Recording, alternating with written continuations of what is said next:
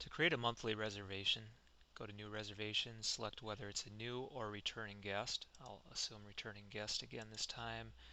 I'm going to use my own profile as I typically have been doing. And I'll select this one, continue, select motorhome, and I'm going to make this reservation for 2 months. So checking in on today and out on February 12th. Let's find available sites. We'll pick site 61, create the reservation, hit save.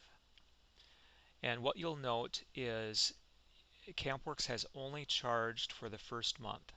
So it's because of the way I have it set up is to charge monthly, and so it will only do the charge 1 month at a time. So it has charged for the first month $450. There are taxes on that, so the total comes to $495. Okay, now we've created the monthly reservation. Let's zoom ahead to check-in time and assume the guest has arrived and it's time to check them in. It is important that you check the monthly guest in, as this starts the clock ticking going forward for the monthly statements. Any charges after this point will appear on the first month statement. First of all, let's pay. So let's assume they are paying. We'll just put cash. Okay. Now they've paid. We'll do the check-in process. I go back to this screen. Click check-in. I am going to just ignore the receipt for right now. So the guest is now checked in. Now that the monthly guest is checked in, this is also the time that you'd go into monthly billing and put in their initial meter reading if you are charging and keeping track of meters. So we click on New. It will put in the default from the previous guest that stayed on this particular reservation, or I'm sorry, on this particular site. You may need to verify that and make sure that that is the correct meter reading. We highly would recommend that, so you can override this number. But for the sake of this, I am going to just save it. Now their meter reading is stored as an initial reading, and at the end of the month we'll get a new reading, put it in, and it will calculate the total electric meter charges that are due. Now let's zoom ahead to the end of the month, and it's time to create a statement and charge them the next month's rent. This guest has now been at your business for 1 month. Today is their 1 month anniversary, and so it's time to charge them rent for the next month's visit. So we do that by creating a monthly statement.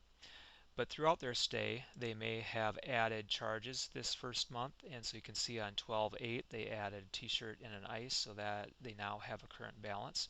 When we create, and they have not paid for that yet, when we go then to monthly billing, the first step would be, if you are charging electric meter readings, to add the meter reading now for the first month. Let's do new, and this is a new reading, and let's put in let's say that it is 6,025. I hit save, and it calculates that their total electric meter reading is 3887. You can adjust how this calculates by in the setup on what your rates are, and if you have a base charge that's a fixed charge each month. You can also do similar with phone charges. So now we've added the electric meter readings, and let's create our first statement. So we click on Create Statement. And